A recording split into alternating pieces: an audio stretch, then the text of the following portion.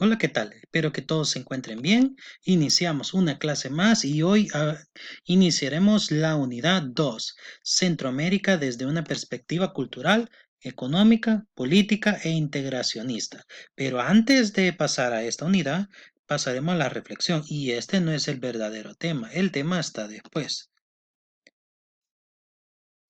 La reflexión dice así: fíate de Jehová de todo tu corazón y no te apoyes en tu propia prudencia. Antes de tomar una decisión, consúltale a Dios si es correcto o no. Tal vez no te va a hablar y te va a decir, mira, no debes hacer esto. No, no. Lo más probable es que el Dios te va a poner el discernimiento en tu corazón o alguien que te ayude a tomar una buena decisión. Por eso te invito que antes de tomar una decisión, antes de elegir algo, pídele la dirección a Dios, si es correcto o no, si es prudente o no, hacer o no hacer lo que estés viviendo en ese momento.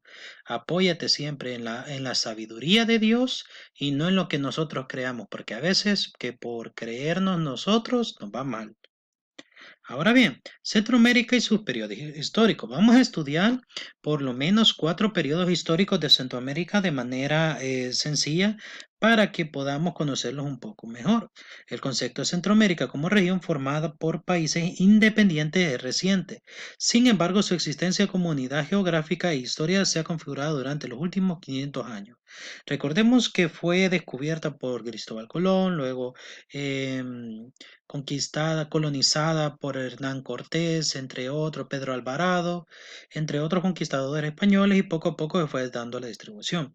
Conforme pasaron los años, los mestizos fueron reclamando sus derechos por los abusos de los españoles y empezó allí a querer la independencia de la corona española. Algo quiero aclararles. No fueron los indios, los nativos los que se quisieron independizar. No, fueron los mestizos, los hijos de los españoles con los indígenas que vieron y los que vivían aquí, que vieron que la corona española muchos impuestos cobraba. Entonces decían, no, ya queremos independizarnos para tener nuestras propias tierras en este lugar. Entonces allí empezó los conflictos para independencia. Las naciones centroamericanas, Centroamérica apenas tiene, vamos a tener 200 años de independencia este año, estamos en año bicentenario, es orgullo hasta cierto punto. Lo único que no hemos cambiado, pues hemos vivido bajo este personas.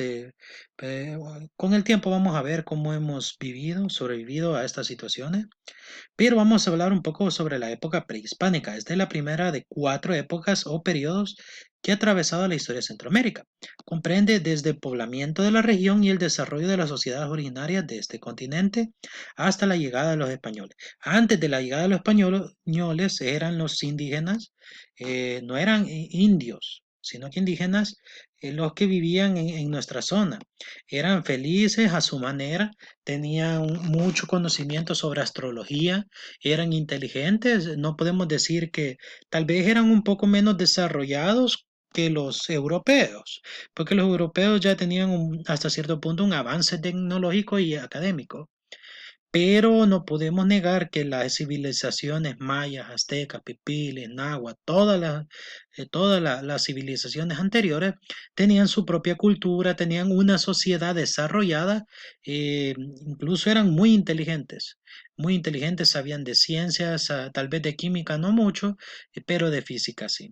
Imagínense, hasta construían sus propias viviendas. Ellos no eran cualquier persona, ellos tenían su propio desarrollo cultural.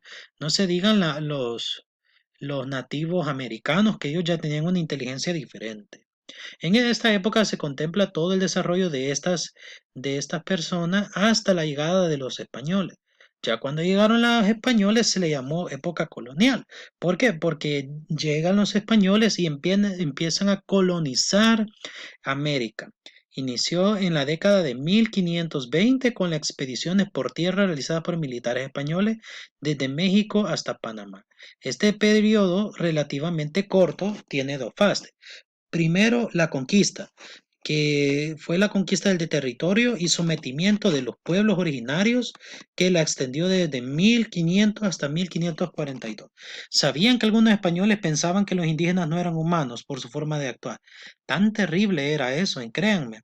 Fue triste porque asesinaron a muchos indígenas por no hacer caso a lo que los españoles decían. Según los españoles, estaban convirtiéndolos a la verdad, lo cual hasta cierto punto era un asesinato, era una violación de los derechos porque ellos eran humanos también, eran personas y les robaron todo. Luego de la conquista vino la colonización, que marcó el proceso de la formación de la cultura latinoamericana por medio de la fusión de las culturas americana con la española. Ahí fue donde mezcló las culturas indígenas con las culturas europeas y españolas. Por eso tenemos de dos tipos de raíces.